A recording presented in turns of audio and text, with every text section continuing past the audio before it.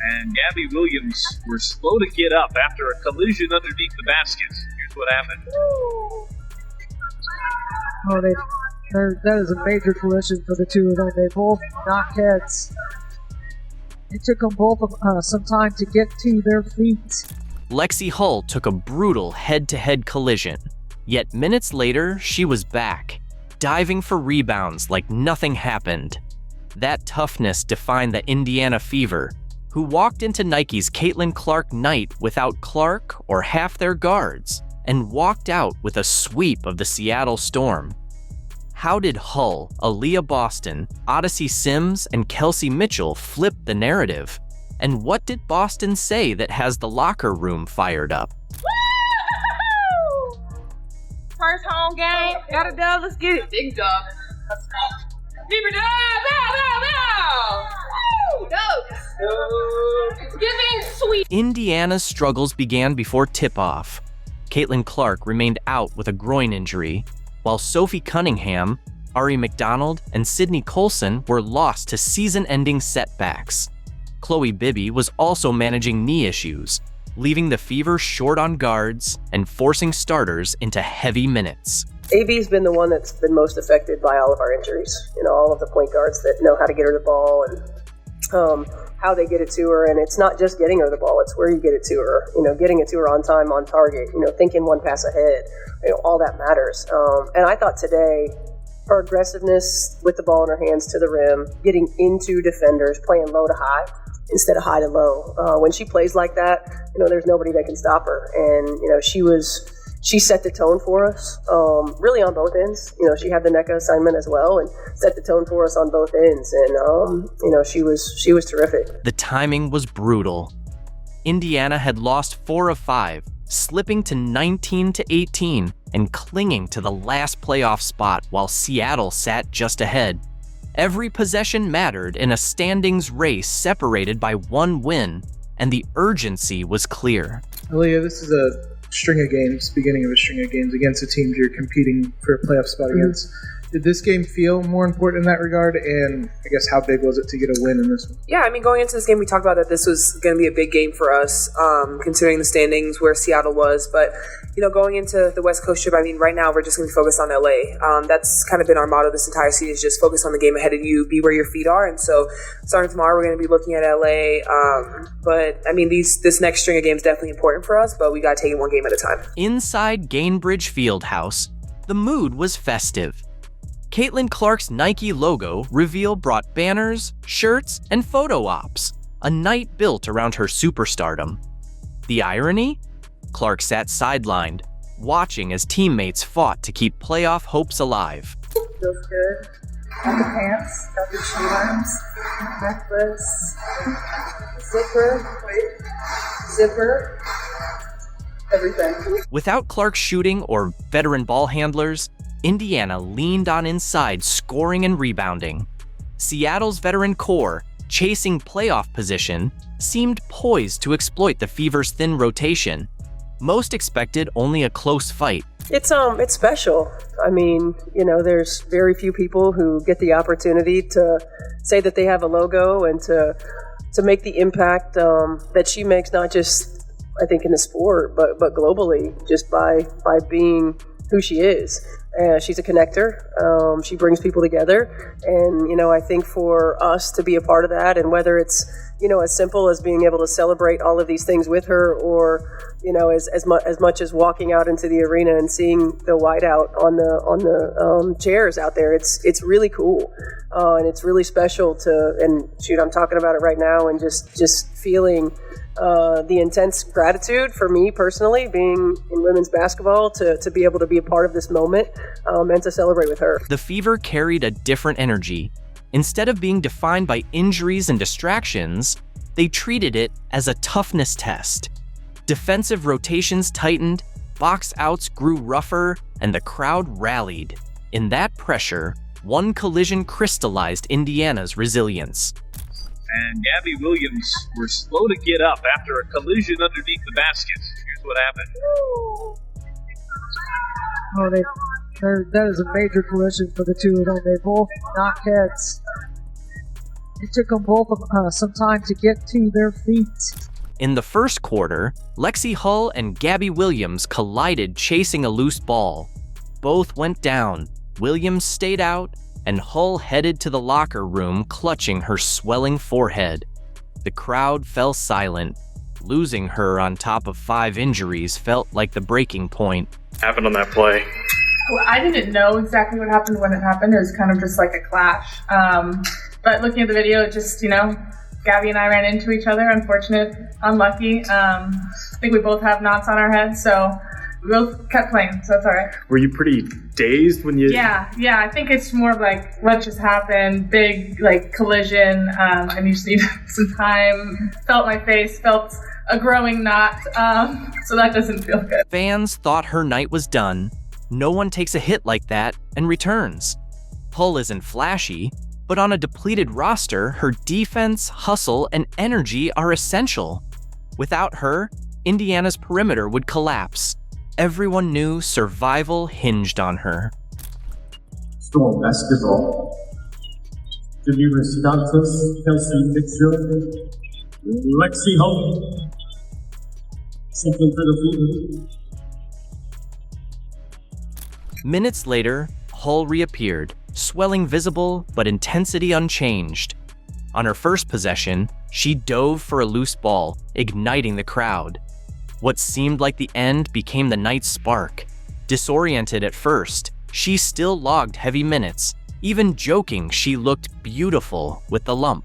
Getting back on the bench, was everybody just kind of staring at your forehead directly? And... I knew, yeah. Everyone's like, you look beautiful. I was like, I know I look insane. But it honestly looks better now than it did when it first happened, so hopefully this goes down quick. Did you glance up at the video board to see it? Did you look at it? No, I could see it looking out. I could see it just from my own eyes. So I didn't need to look anywhere. I knew it was going to be big. No way. So it's in your peripheral vision? Yes. It was literally sticking out. I mean, it's still big right here, but it was bigger and I could see it. So they brought it down a little. Hull's decision to battle on spread fast.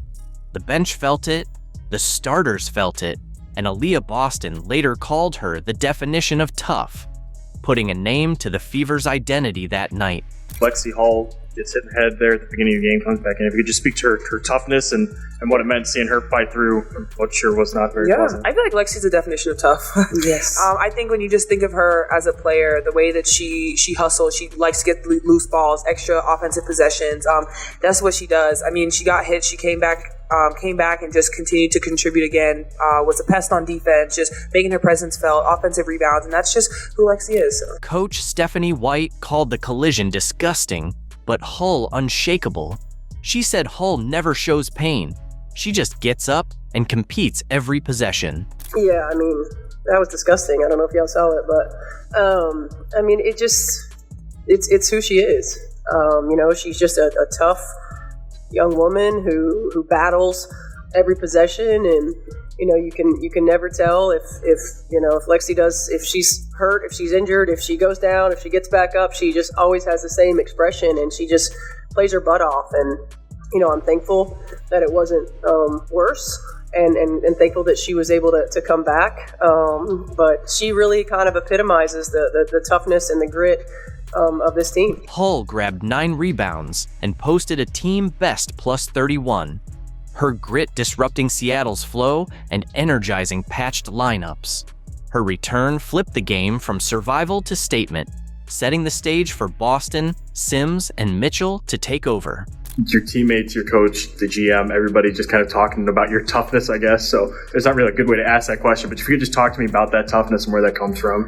I mean, if I can play, if I feel like I can play, I can play. Whether or not I look good or not isn't the problem. So, I think for me, it's just the team is the most important thing. Getting wins is the most important thing. And if I can contribute in any way I can, that's what I'm going to do. So, if it's playing a little injured, playing a little hurt, that is what it is. Awesome. With guards depleted, Indiana shifted inside, and Aaliyah Boston dominated with 27 points and 9 rebounds. She owned the paint, forcing doubles that still failed, while the Fever's defense turned stops into breakouts, holding Seattle to 3 fast break points. Indiana dictated pace, controlled the interior, and flipped the game from survival to dominance. By the end, a 95-75 win and 3-0 sweep lifted them to 6th, proving the Fever are far more than one star. Is there just kind of a sense maybe in the locker room that like some of the success you've had over the last week could prove to be your big breakthrough or kind of maybe a turning point for you guys for the rest of the season? Yeah, I mean, I think we're all feeling good. I think the energy's high. Really good win in Minnesota. Had a chance to celebrate together. I think that only helps our chemistry. You know, all that stuff off the court definitely fuels us. We're having fun with each other. We're having fun together playing. So I think it is. I think this is a good moment for us. And, you know, especially we're playing without one of our best players. So to do that in those circumstances, we're really just proud of ourselves. The Las Vegas Aces, the self-proclaimed unstoppable dynasty of the WNBA, just got served a harsh dose of reality in front of the entire basketball world. A 27-point blowout, check. A'ja Wilson getting every favorable whistle under the sun and still crashing and burning, big check. Chelsea Gray, hilariously hyped by some as superior to Caitlin Clark, disappearing in crunch time, the biggest check of all. While A'ja was out there dragging players down from behind and somehow dodging fouls like a magician, there was a squad in Indianapolis putting on a clinic in what true, unselfish, high IQ basketball is all about. The Indiana Fever just beat the Aces. The first win for the Indiana Fever against the Las Vegas Aces since I was 22 years old. Because that 81-54 clinic the Indiana Fever put on wasn't just a loss for Vegas. It was a declaration. A glowing neon billboard blazing in bold Fever red screaming that no stack of referee freebies, no dramatic stat chasing from Wilson, and definitely no dynasty fairy tale was going to save them when Indiana made the decision to tighten up and play some real, cohesive, connected basketball. And A'ja Wilson. My God, you see how many free throws that lady have? Oh my God, on the stat sheet, she had basically 30 points, but all the free throws this woman got, man, they tried their best to keep the Aces in the game, man, but it didn't matter. It didn't matter, man. They destroyed the Aces. About freaking time the Fever finally beats the Aces, man, and without Caitlin Clark. Now, let's zoom in on the moment this clash really ignited. In the third quarter, Lexie Hull, who's been the embodiment of grit and steady progress all season, boxed out Wilson so flawlessly it could be featured in a coaching clinic. She claimed her space, planted her hips with precision, and pulled down that rebound like she's rehearsed it 1,000 times. Pure fundamentals. Then came A'ja Wilson, swooping in from behind, literally stretching over Lexie's shoulders and arms in a desperate, obvious grab for the ball. A move so egregious, it should be immortalized in a what not to do highlight reel. Up, shot won't fall. Wilson, what looks like over the back. Oh boy, jump ball is the call. Wow, Stephanie White's upset about that. I thought that was over the back. Wow, watch this. That's a jump ball?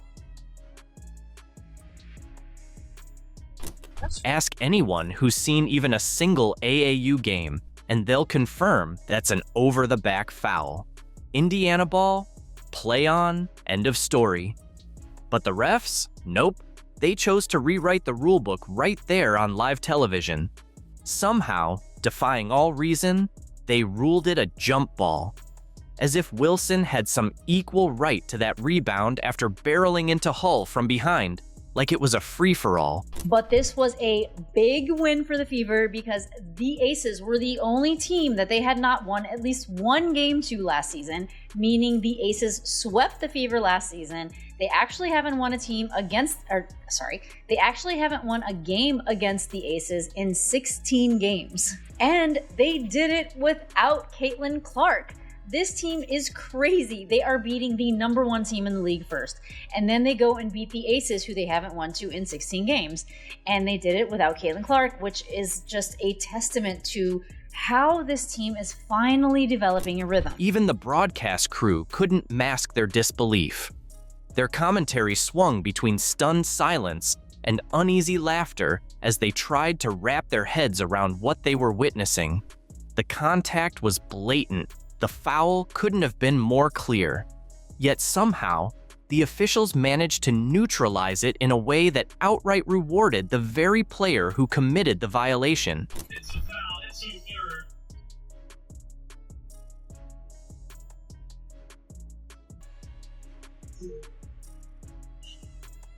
Lexie Hall, tremendous three at the base. The league at 50% shooting the three, girls for charge. But here's where it gets downright poetic. The Indiana Fever didn't fold or sulk. They didn't let the wobbly officiating throw them off course. They brushed it aside, locked in, and went on to dismantle the Aces so thoroughly that every sketchy call became nothing more than background noise.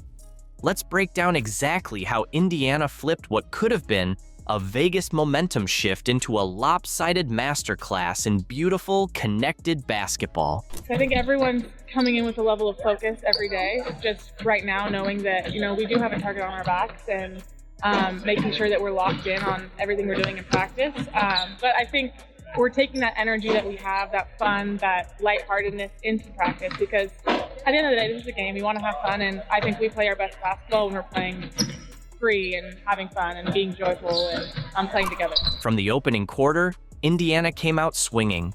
They poured in the first 6 points and never let up. By the end of the first, they were cruising with a 21-4 lead. Already you could sense the game slipping out of Vegas's grip. Indiana shot close to 53%, held the Aces to under 29%, and dominated them 16-4 in paint points. At that moment, it was obvious. This wasn't going to be the Aces' night to shine. Indiana has not beaten Las Vegas since the 2019 season.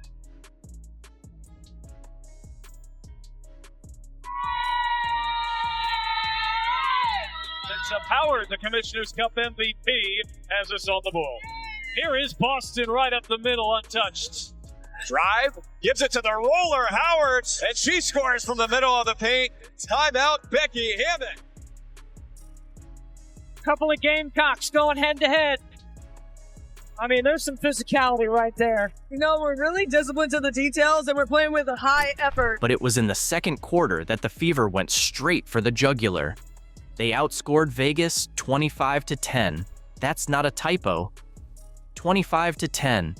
Indiana scorched the nets at an unreal 82% clip, while Vegas stumbled to a miserable 24%.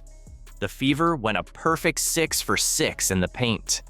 The Aces, a sad 3 of 13. By halftime, it was 46-24. And let's be real, game over. And that controversial jump ball, it came right when Vegas desperately needed a miracle to get back in it. The refs basically threw them a lifeline, gifting them a possession they didn't earn and tossing them a chance to flip the momentum. We've been preaching this all season, being very disciplined and intentional with our actions. On both ends of the floor, we're doing that. And it's a high level of activity all over the place. I'm really proud of the girls. All smiles for the Fever through 20 minutes. It's a 22-point lead for the Fever. Indiana in front of Las Vegas, 46-24. For the Fever, it could have been one of those unraveling moments, but they didn't flinch. Lexie Hull did everything right and still got snubbed, the kind of thing that usually tilts young teams. Not this time. Vegas got a bailout call and a sliver of hope, but Indiana slammed the door shut. By the fourth, it was a full-on demolition. The Aces scored just 7 points, 7. Final score, 81-54, and even that feels generous. Aja Wilson's stat sheet sparkled, but the game told a different story. Despite all the whistles in her favor, Vegas got run off the court. Meanwhile, Caitlin Clark, Lexie Hull, and the Fever didn't just win, they sent a message. The league's balance of power is shifting, and everyone just watched it happen in real time. Well, this is the play that just occurred. That's like she tries to slide over right there, and Hartley just kind of falls and makes collision with that lower leg. You see her immediately grab it. She went down hard and was clearly in a lot of pain. Sophie Cunningham crumpled after a brutal knee collision, and outrage erupted. Fans and even her family blasted officials for failing to protect players. To many, it was another page in a troubling script. Caitlin Clark's groin hit, J.C. Sheldon's eye poke, Marina Mabry's reckless foul. Every battle with the sun seemed to leave a Fever star battered, and frustration boiled over. Yet, instead of breaking, Indiana roared back. Kelsey Mitchell exploded for a career-high 38. Odyssey Sims answered the call on a hardship deal, and Lexie Hull buried a clutch 3. Against all odds, the Fever clawed to a 99-93 overtime win. The mystery is how they transformed a nightmare first half into a miracle finish. Shot clock down to 6 for the Fever. Turner, up fade. Turner kicks it. Hull three-pointer. Bottom! Indiana. 7 on the shot clock, 25 seconds in regulation. I gotta get to the rim. Charles has to hoist and connects. Wow. The Indiana Fever prove their resiliency. The Fever's problems began before tip-off, with all 3 true point guards sidelined. Clark's groin injury, Colson's torn ACL, McDonald's broken foot. With no natural floor general, Coach Stephanie White had to scrap the playbook, leaning on simplified actions and makeshift ball handlers, while other teams were fine-tuning for the postseason. After Phoenix, it was a quick turnaround to figure out, how we're going to play without, Ari and Sid. And now we got to figure out how we're going to play without Soap. And we've got to figure out, who can play in certain roles. What are our substitution patterns going to be? What kind of wrinkles can we throw out there? It doesn't get easier. And I think we come back and have Minnesota twice, right? So it's really good mentally, physically, and emotionally for us. And then it gives us practice time, which we're going to need. The challenge deepened once play began. Midway through the second quarter, Sophie Cunningham went down hard and was done after just 10 minutes. Her shooting and grit had been vital to White's fragile rotation, and losing her gutted both depth and spacing. Suddenly, unready players were thrust into big minutes, and the staff was scrambling to juggle energy, matchups, and survival. By halftime, Indiana's rotations were hanging by a thread. We got Sophie Cunningham writhing around in pain, definitely hurt, and Sophie's one tough cookie. If Sophie's kicking and screaming like this, no Will Farrell. She's in pain. We even have Connecticut Sun players. Look at that. Connecticut Sun players, Connecticut Sun training staff coming up to her as the Fever starts making their way down. On paper, it looked like a sure loss. But instead of folding, the Fever turned chaos into grit, proving short numbers didn't mean short fight. Survival became a statement. Yet the night's toughest moment was still to come. Cunningham's collision, a blow that not only reshaped the lineup, but reignited fury over the officiating itself. Every day in our huddle, that's what we say together. And it's just more than words for us. I think when you see things happening, there's no other way. If you spread apart, the season goes down quicker than anything else. And we talk about with the injuries, people are probably expecting us to just fold, just like you said. And that's not us. We come in the locker room and we're motivated. We continue to be motivated every single time we step on that floor. At halftime, we were motivated, chip away. And that's our mindset. And just continue to uplift people. When one person goes down, we say it all the time, the next woman stands up. And that's really just been our motto and been what we've had to do a lot this season, and that's what we're just going to continue to do. The defining moment came in the second quarter, when Bria Hartley lost her balance and crashed into Sophie Cunningham's right knee. The arena fell silent as Cunningham screamed in pain, unable to stand and carried off by trainers. The Fever later confirmed she'd need an MRI. No foul was called, and outrage erupted instantly, inside the arena and all over social media.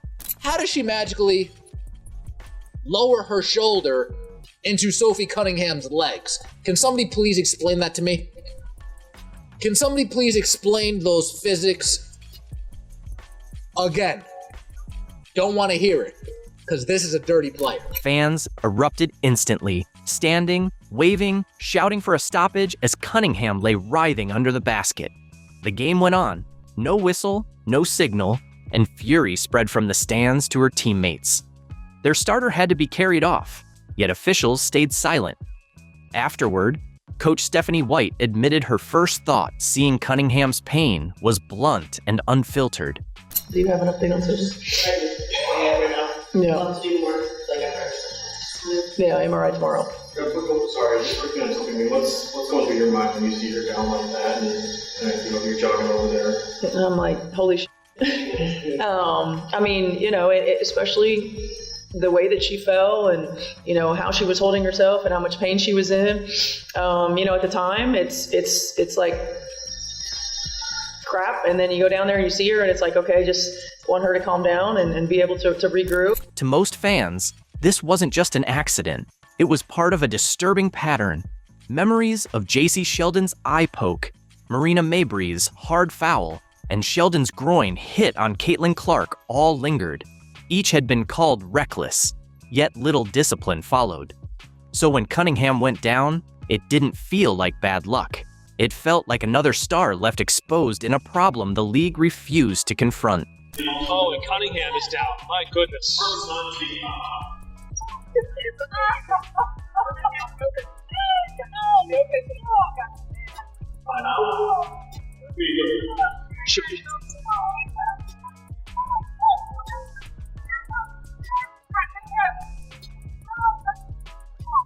Scary moment as we went to commercial. Sophie Cunningham hit the floor hard, and she is being helped off the floor, heading back to the locker room. Emotions soared when Cunningham's family spoke out. Her sister Lindsay blasted the WNBA, urging them to protect players instead of finding critics of poor officiating, calling it pathetic.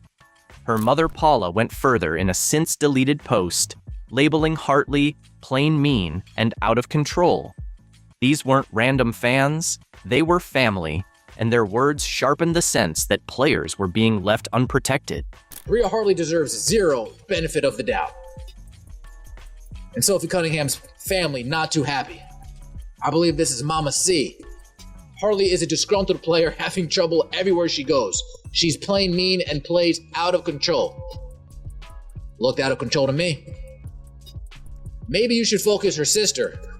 Maybe you should focus less on fining players for commenting on your poor officiating and more about hiring officials that are capable to call a consistent game and protect your athletes. Pathetic.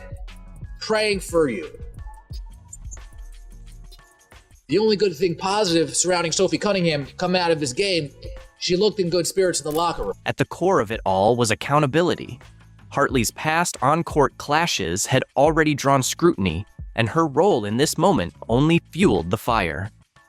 Social media erupted, some calling her reckless and demanding suspension, others urging the league to rethink officiating standards, intentional or not. When Cunningham went down with no whistle to halt play, frustration spilled over, raw and uncontainable. That moment changed everything. This game wouldn't bend to sympathy or corrected calls.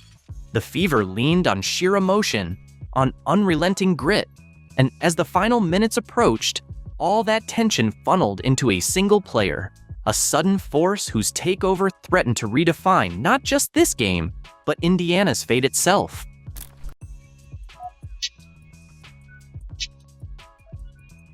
Oh, open three. Oh, what a sight for Lexie Hull. She has needed that one to drop. Caitlin Clark's face said it all. Lexie Hull finally drained a three after what felt like forever. The Fever, missing their star and any real point guards, weren't just surviving. They were schooling the Chicago Sky in a resilience masterclass. Spoiler, the Sky didn't stand a chance. Playoffs, anyone? We're back home, baby. Let's go. Back in the W column. That's a big job, baby. Point guard.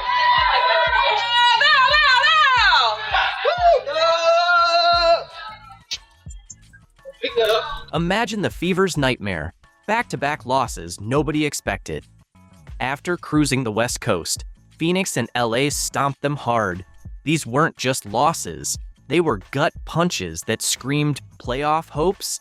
Think again. Obviously we lost our last two, but I think I don't know, that LA one felt good for us because we didn't quit. And then, life happened the other night at the Valley. So we could have looked at it like, oh, woe is me. And, we don't have enough players. And we didn't. So shout out to our group for just staying confident and staying ready because, it's a professional league and we have to be ready. And we can't make too many excuses about it because no one's going to hand us anything. So we might as well look at it for what it is and keep showing up. Caitlin Clark was already out with injuries. But then Phoenix hit harder. Sydney Colson tore her ACL in the first quarter. Season over, just like that. Tonight? Unbelievably proud. I think this is the most resilient team I've ever been a part of, and I say that wholeheartedly. We've had a lot of mishap happen throughout the course of the season. I think throughout the course of it all, we stay resilient, and you guys get to see us at our best when we stay together and be resilient. So shout out to my girls tonight because I think it took everybody. Everyone played a piece, played a role, and I think that's how we got the dub. Then came the double whammy. Arike Ogunbowale broke a foot in the same game. 2 point guards one night, season over, no floor generals left, basketball nightmare unlocked.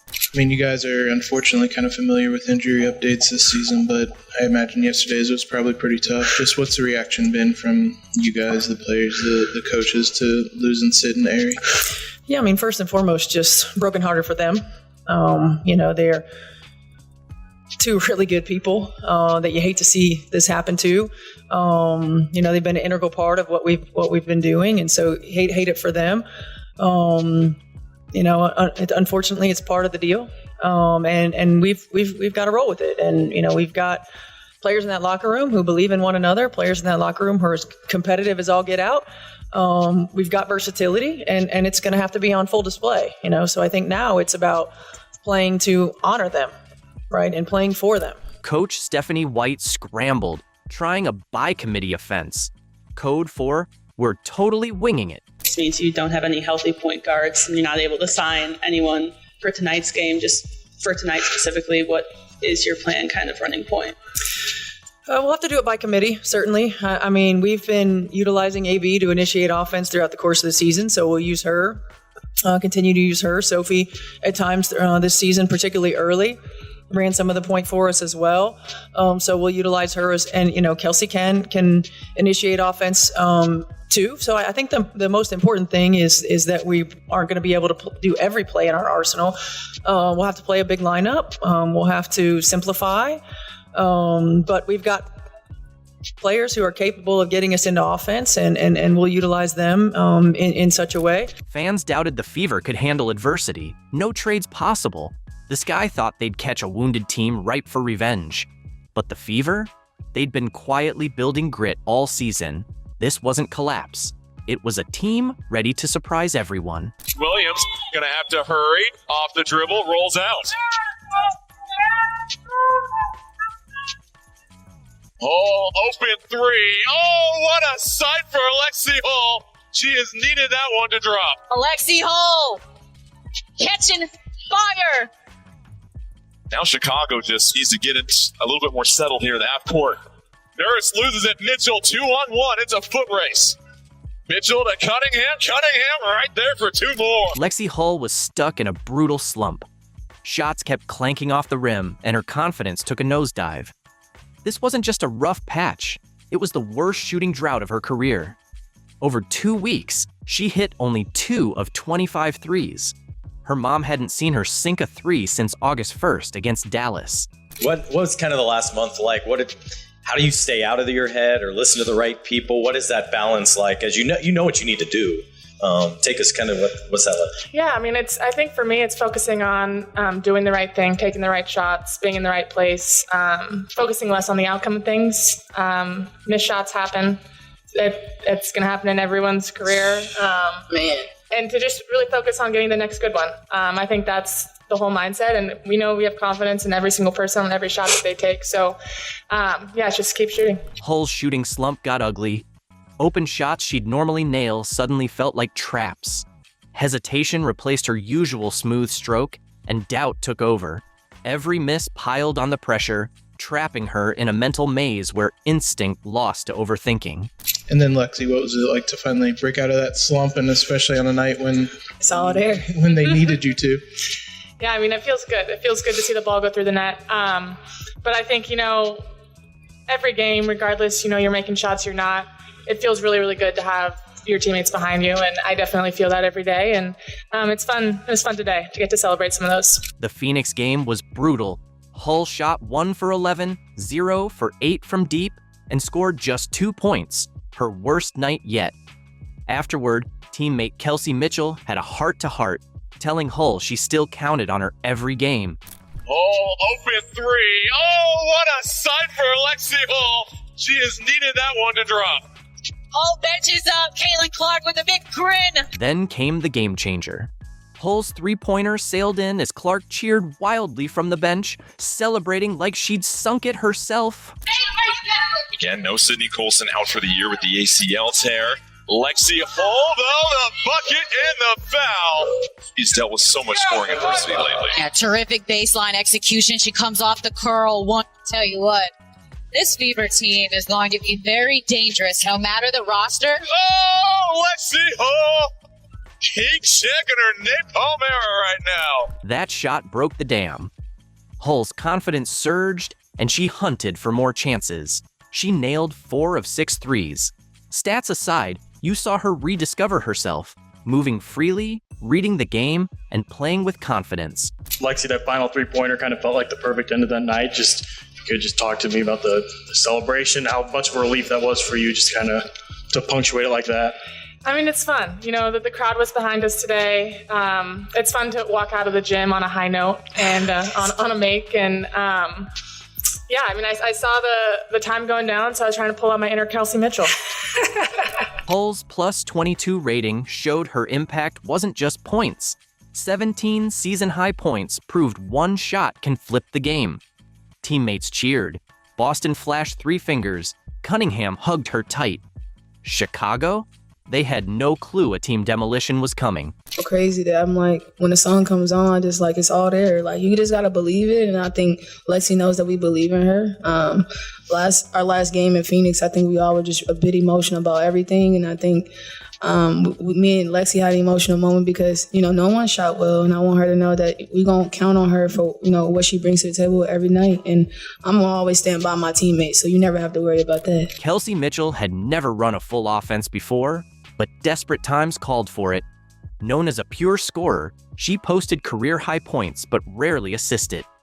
Mitchell's game was all about putting the ball in the basket. Yeah, Kelsey, you obviously had to play out of position tonight, kind of filling that point. You had a season-high 8 assists. Just how did you try to embrace that for this game? And oh man, I haven't played point guard. I was telling the girls I haven't played point guard maybe since college, and so that was different. But I think it brings out the vulnerable side of me, the leadership in which I need to keep getting better at and keep growing at. I think being in this PG position kind of helps with that.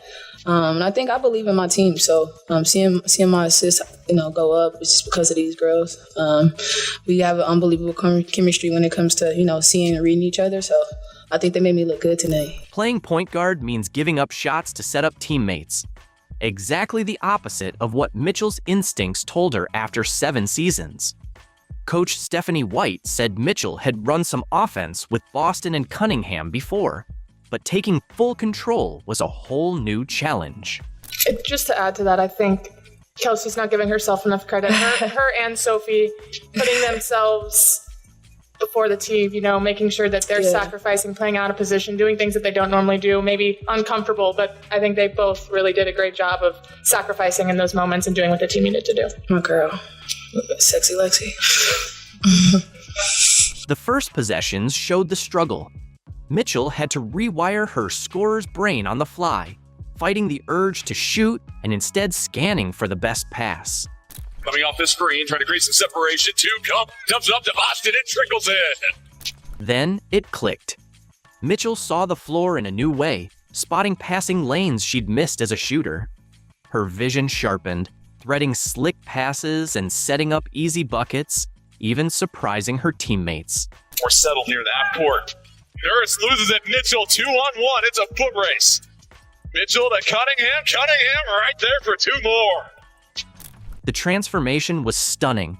Mitchell wasn't just managing offense, she was leading like a seasoned general. White talked about simplifying plays and using bigger lineups, but Mitchell made it look anything but simple. Cunningham thought about it this time, puts it on the deck. A deflection, bodies flying to the floor. Mitchell controls, 8 to shoot.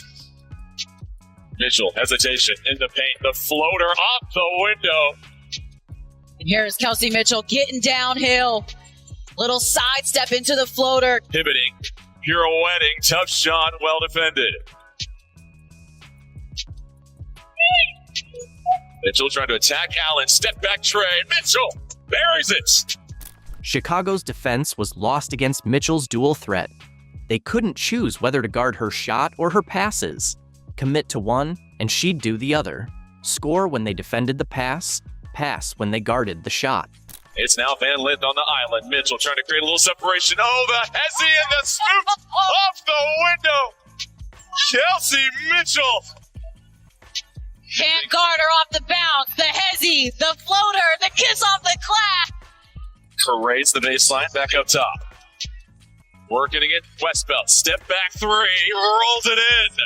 And that is a long two this time. Mitchell flipped the script with a season high in assists, proving true stars impact the game beyond scoring.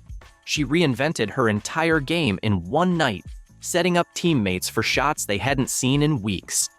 Meanwhile, the real action was just starting on the other side of the court.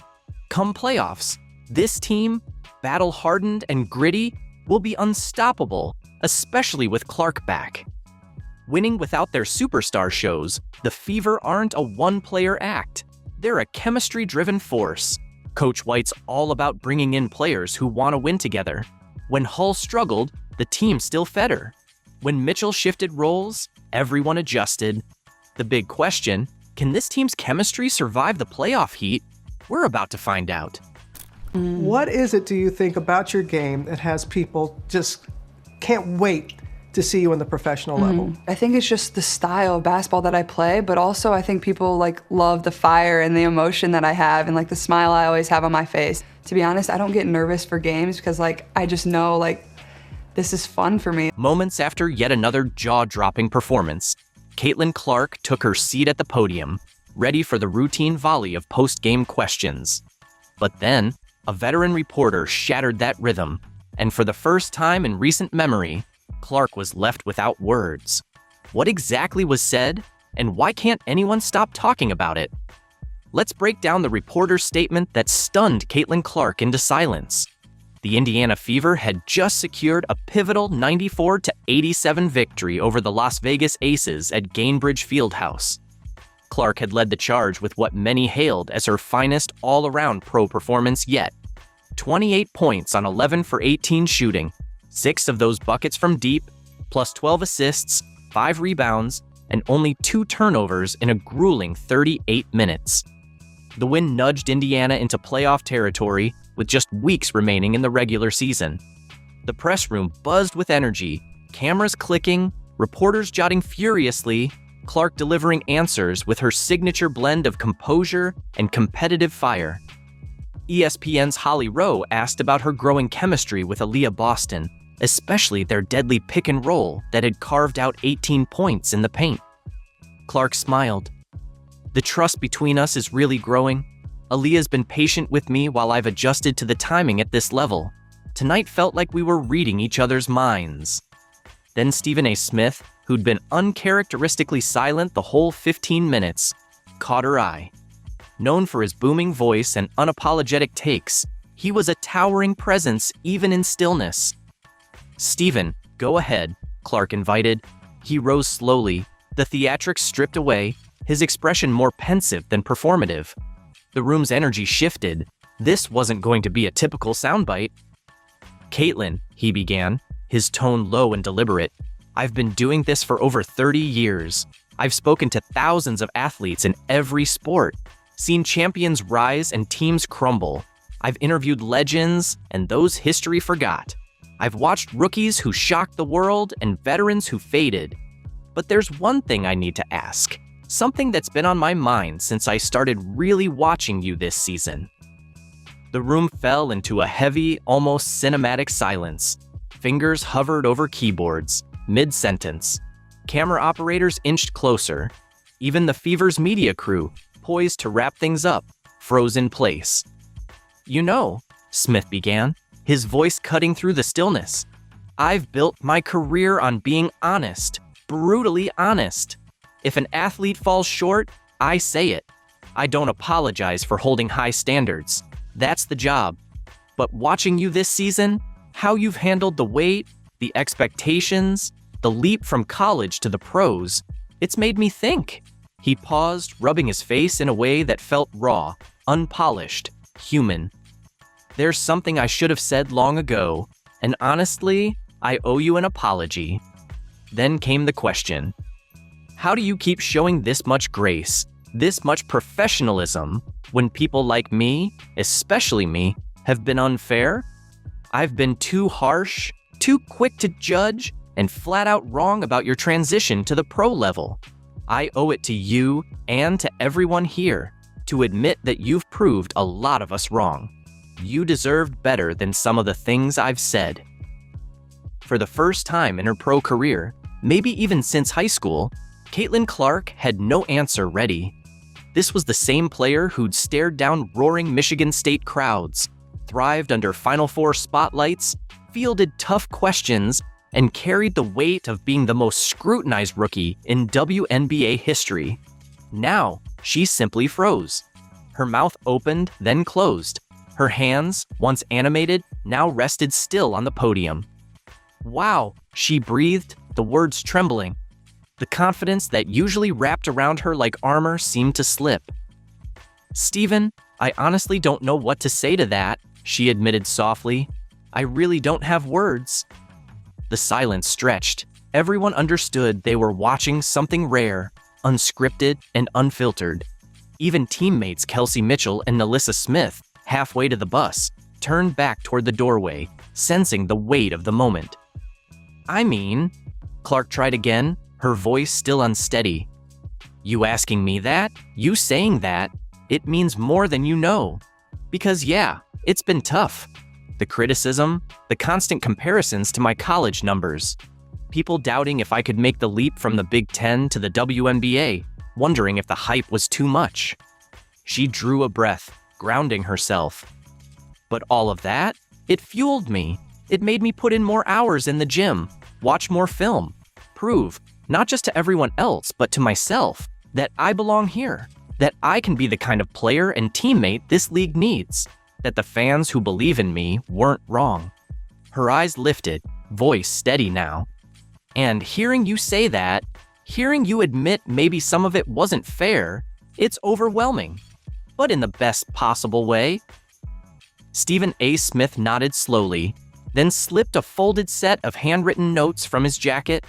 This wasn't some spur-of-the-moment remark. It was deliberate. Prepared? "There's more I need to say," he began, voice low but steady. "And I need to say it here, out loud, because I've said things before on TV that weren't fair or fully thought through. It's time I own that." He glanced down at the page, his tone heavy with regret. 3 months ago, on First Take, I called you overhyped. I said the buzz around you was just media spin, especially from ESPN, to boost ratings. I claimed you needed to get through a full WNBA season before earning this kind of spotlight. I questioned whether you were strong enough, fast enough for the pros. I even said your college success didn't guarantee anything here. And while there's a grain of truth in wanting to see a full body of work, the way I said it erased everything you'd already accomplished. At the back of the room, Caitlin's teammates, Aaliyah Boston and Erica Wheeler, had appeared, watching intently as the moment unfolded under the glare of the sports media. "But here's what I've learned since then," Smith continued, his voice now gaining strength. "You're averaging 19.5 points and 8.4 assists in your rookie year. For perspective, Diana Taurasi had 17 points and 4.4 assists in her first season. Sue Bird, 14.4 points, 5.9 assists.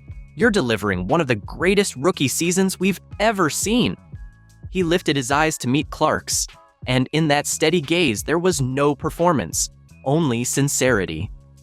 "But numbers aren't the whole story. You've brought more attention to women's basketball than we've seen in decades, maybe ever. League attendance is up 48% when your team's on the road.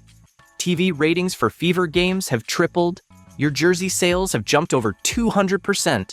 And beyond all of that, it's the way you lead, the way you credit your teammates, the way you handle pressure, the way you raise the game of everyone around you. His voice grew thick, words almost catching. I was wrong about you, Caitlin. Wrong to doubt if you were ready. Wrong to question if you deserved the attention. I judged you by an outdated standard and failed to see what was right in front of me. You're not just a great rookie. You're changing the game for women's basketball. And for that, I owe you, the league, and my audience an apology. The press room seemed to ignite. Camera shutters clicked furiously, reporters typing as fast as their fingers would move, each trying to capture the moment. Holly Rowe, no stranger to emotional scenes, dabbed at her eyes even as she kept scribbling notes. Adrian Wojnarowski, usually the definition of composure, raised his phone to record. He knew history was happening here. Sue Bird, present as an ESPN analyst, stood and began to clap. The sound spread, first the ESPN crew, then other journalists, then Fever staff in the back. Aaliyah Boston stepped forward to the podium, laying a steadying hand on Clark's shoulder. It was a quiet, wordless show of solidarity, and it seemed to anchor Clark in the middle of a moment she would never forget. Then Caitlin spoke, her voice steady now. "Steven," she began, "you don't need to apologize to me. Sports media is supposed to challenge us. It's supposed to be tough, to hold athletes accountable, to ask hard questions. What matters is that you're willing to rethink your position when new facts come along. That takes real strength and honesty." Her gaze swept across the room, locking eyes with reporters, some of whom had been openly critical of her rocky start in the pros. "And honestly," she continued, "that criticism helped me. It pushed me. It made me work harder, not just to prove something to fans or reporters, but to prove to myself that I belong here, that I can compete, that I can win at this level, that I can handle the jump from college to the pros, and maybe even master it." The conversation shifted. Adrian Wojnarowski, still recording from his seat, raised a hand. "Caitlin," he said, "going back to what Stephen A. mentioned about rethinking how we cover sports, how do you think the media's approach to women's basketball has changed since you entered the league? And what would you like to see happen next?" Clark paused, clearly weighing her words. "I think we've definitely gotten more attention," she said. "That's amazing. Not just for me, but for the young girls watching, and for the incredible women who've been building this league for years. But more attention also means more pressure, and that's fine, as long as the criticism is fair and based on facts." She glanced back toward Stephen A., who remained standing, listening intently. "What I respect about Stephen A. today is that he's showing growth. He's willing to listen and learn. Covering women's sports isn't just about using the same playbook you use for men's sports. This is something different, something meaningful, and it needs to be understood in its own context, with all the unique challenges and opportunities that come with being a woman playing pro basketball in 2025. Rebecca Lobo, seated a few rows back, jumped in. "Caitlin, you mentioned using criticism as motivation. How have you managed the pressure of being seen as the face of what many are calling a new era for the WNBA?" Clark smiled, her confidence now fully back. "That's the thing," she said. "I never planned to be the face of anything." And then, just when it seemed the most surprising moment of the day had passed, Stephen A. reached once more into his jacket. This time, he pulled out a small, well-worn piece of paper, its edges soft from being folded and unfolded countless times. "Caitlin," he said, his voice quieter now, "there's one more thing. The most important thing I came here to share. My daughter plays basketball for her middle school team in New York. She's followed your journey since your junior year at Iowa. And a while back, she asked me to give you something, if I ever got the chance to meet you." He rose from his seat, walked to the podium, and placed the folded paper in Clark's hands. "She wrote you a letter a few months ago, back when I was being pretty critical about your start in the pros," he said. "She made me promise I'd give it to you if I ever met you in person. I've been carrying it to games ever since, just waiting for the right time." Clark accepted the letter with a look of genuine appreciation. She unfolded it slowly, almost reverently, as if she sensed it was more than a typical fan note. Her expression shifted as she read, first curious, then surprised, and finally deeply moved. Her eyes widened, then narrowed as she lingered on certain lines. A warm smile spread across her face, and for a moment it seemed she might tear up. "Would you mind if I read part of this out loud?" she asked. Smith gave an immediate, encouraging nod. "I think this is something everyone should hear," Clark said, clearing her throat before reading in a voice that carried both joy and emotion. By the time she finished, the room was filled with laughter, louder than before, and even a few reporters clapped at Maya's unfiltered, heartfelt words about her dad's basketball opinions. "She's definitely not wrong about that last part," Smith quipped, grinning. The room broke into another wave of laughter, the atmosphere now lighter and warmer, transforming the moment from a tense sports media exchange into something far more human, funny, genuine, and unexpectedly touching. So, what's your take on the reporter's unexpected statement that left Caitlin Clark speechless? Share your thoughts in the comments below, and don't forget to like and subscribe.